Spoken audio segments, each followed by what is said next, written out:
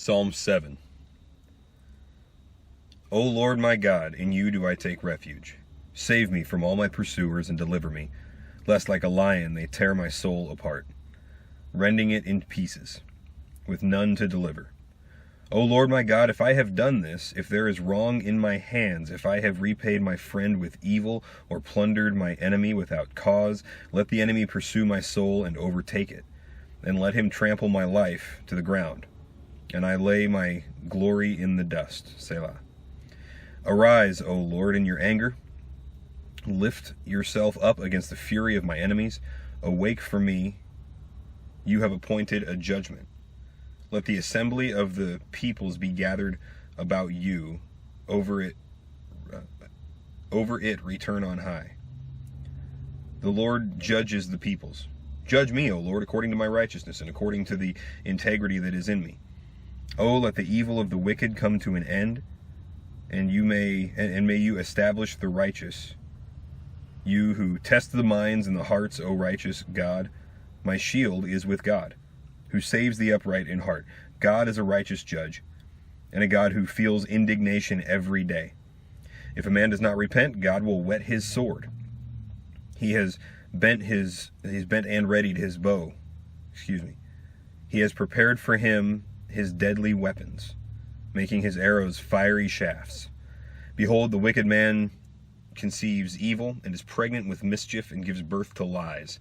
He makes a pit, digging it out, and falls into the hole that he has made. His mischief returns upon his own head, and on his own skull his violence descends. I will give to the Lord the thanks due to his righteousness, and I will sing praises to the name of the Lord Most High. We see an interesting thing here in Psalm 7 as the psalmist, it is of David, I'm sorry, as David calls out for justice and for God to step in and intercede for him, as he does so many times. We just saw that last week in Psalm 6. And he makes an interesting move here where he actually considers for a moment that he may be on the side of the enemies because of his sinful conduct. And so, like in verse 3, he says, O Lord, if I have done this, if there is any wrong in my hands, if I have repaid my friend with evil or plundered my enemy without cause, let the enemy pursue my soul and overtake it. Let him trample my life to the ground and lay my glory in the dust.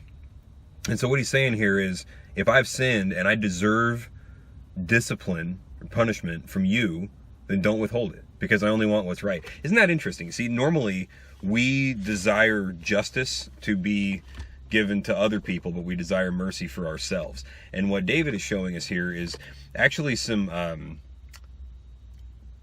preciously rare logical consistency in the spiritual life, right? And so he's saying, God, I know that I'm not one of your enemies. I know that I am righteous, but if my actions have not accorded with the righteousness that you have put on me, the righteousness that I have attained by faith, as you know, a gift from you, your righteousness that I received by faith, if I have not lived up to that righteousness that you have imputed to me, then punish me. Treat me like the enemy that I have acted like.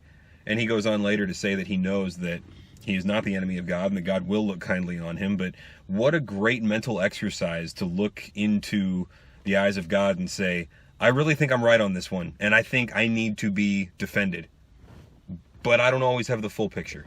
And so God, show me my sin and deal with that, and then deal with the sins of those guys.